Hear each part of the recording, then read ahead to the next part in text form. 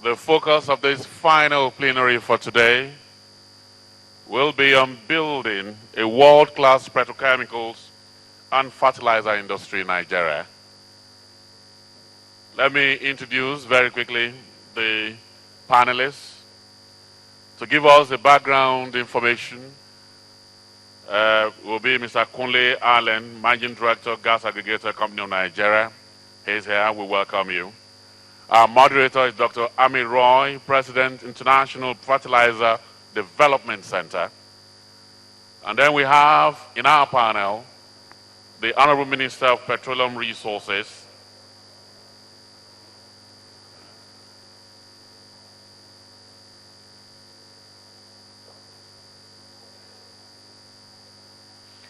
all right, the Honorable Minister of Petroleum Resources will be giving us the background presentation and then later on join the discussion.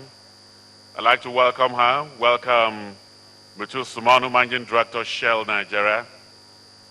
Eshimere, President, National Fertilizer Association. Manish Mundra, Managing Director, Indorama Eleme Petrochemicals. Ben Okoye, Executive Vice Chairman, Brass Fertilizer Company Limited. And Jite Okoloko, Managing Director, Notori. Before I hand over to the moderator, it's my honor and pleasure to invite the Honorable Minister, Mrs. Desani Alison Madueke, Minister of Petroleum Resources, to give us a background presentation.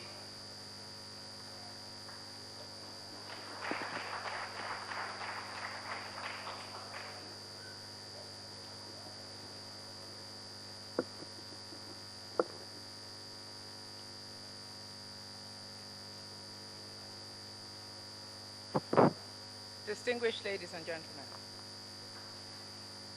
I'm going to give a very brief overview of the sector. It may be more from a public sector perspective, but then we are privileged to have a wide variety of participants with us today who will fill in all the gaps.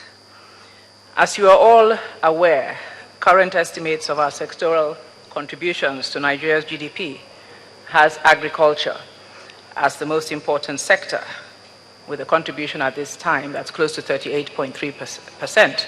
And that, of course, is why agriculture was chosen for this year's focus of the NESG.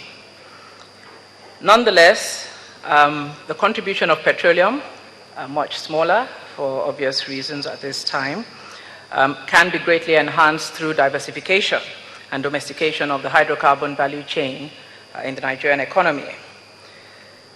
This is therefore the rationale behind the intent of government's gas policy framework, which is to enhance both the oil and gas contributions to both the economy and, of course, agricultural development in Nigeria. The gas policy framework is focused on maximum economic impact through gas, and it aims to drive the linkages with agriculture, manufacturing, and dispersed small enterprises as well through power. So this policy is intended to significantly, first of all, increase our gas supply to power sector through a very focused delivery plan to support existing and ongoing power plants via PHCN and IPP. And we anticipate through this that gas will deliver at least 12 gigawatts by 2015 and beyond. And this should be made available through this underlying policy. But of course, it is also intended that this policy will position Nigeria as a regional hub for fertilizers, petrochemicals, and we hope methanol. Beyond that, of course, we expect that over the next few years, we will increase our refining capabilities. It is hopeful that Aliko Dangote will join us here today. As you may know, he has just signed the agreements to be first mover in the market by building the first private sector refinery in Nigeria. And he is doing this with the firm support of a veritable consortium of Nigerian banks which are supporting this effort in full.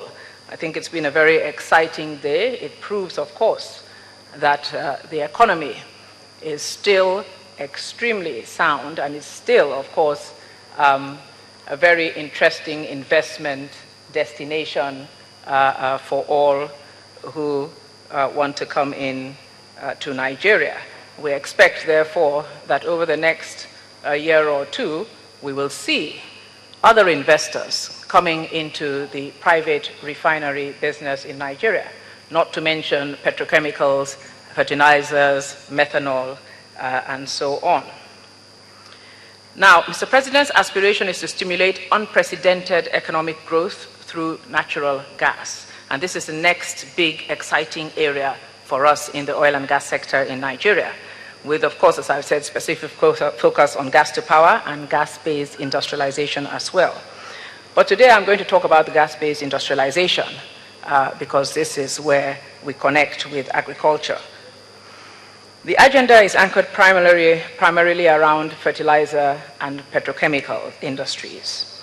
And both of these industries have the potential to greatly transform Nigeria's GDP. In terms of fertilizer, agriculture, as you know, is Nigeria's largest contributor, and to GDP, with increased availability of fertilizer and enhanced affordability of it as well, through local production, agricultural yields will be boosted significantly. It may interest you to know that we have some of the most undernourished soils in Nigeria.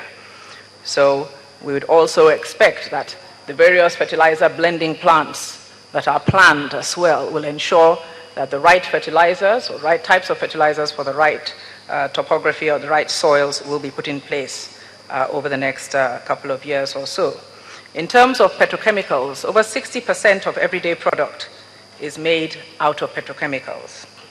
So in essence, the petrochemical industry will stimulate numerous secondary industries, from plastics through to packaging, to advanced materials, such as the composite materials that are used in the aerospace industry. And empirical data shows that for every ton of petrochemical capacity, approximately 5 jobs are created across the value chain. In essence, a 1 million ton per annum plant could create as much as 5 million jobs. So it is very important that we ensure our policies support the establishments of these plants. So to realize the full potential of both fertilizer and petrochemical industries in Nigeria, we have various targeted policy interventions put in place through the National Gas Master Plan. First of all, a domestic supply obligation, DSOs, which set aside 500 to 750 million scuffs per day of gas by 2017 to 2018, specifically for utilization in fertilizer, methanol, and petrochemical industries. A competitive gas pricing policy, fiscal framework, aimed to attract these investments to Nigeria amidst the ever-rising global competition.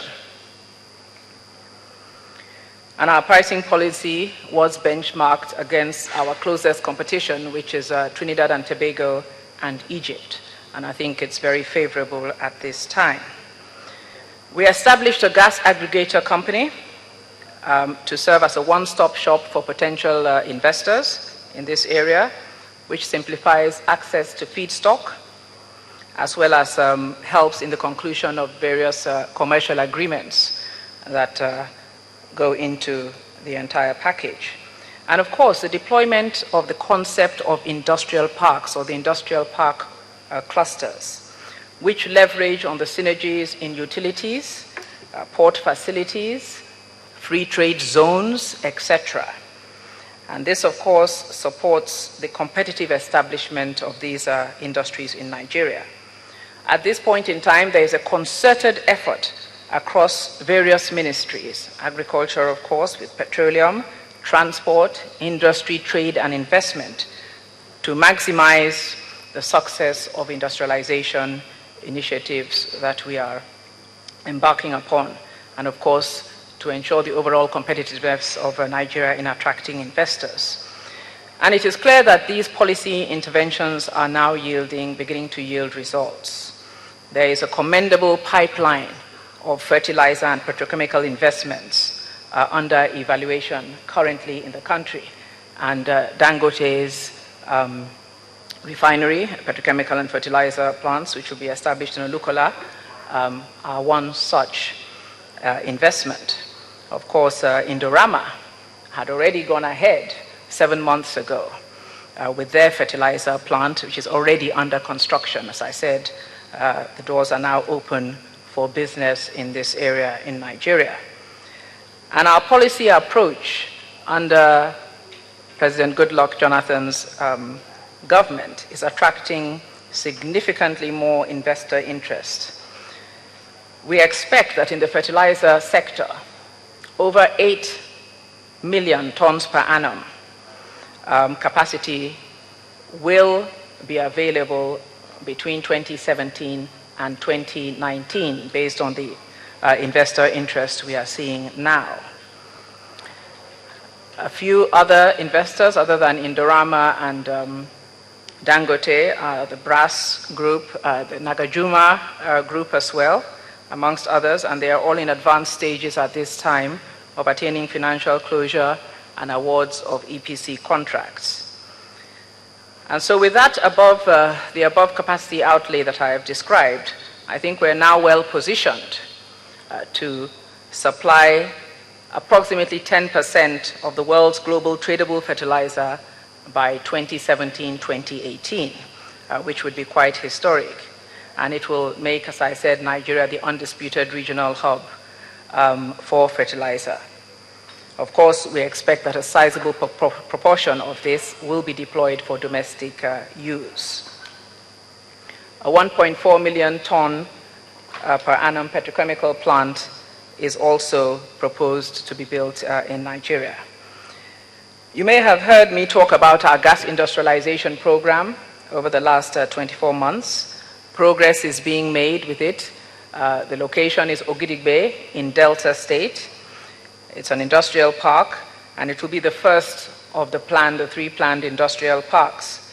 It will host fertilizer and petrochemical plants, projects, amongst others. Work has now commenced on the basic site data acquisition activities. We expect that within the next 6 weeks, actual site preparation will begin.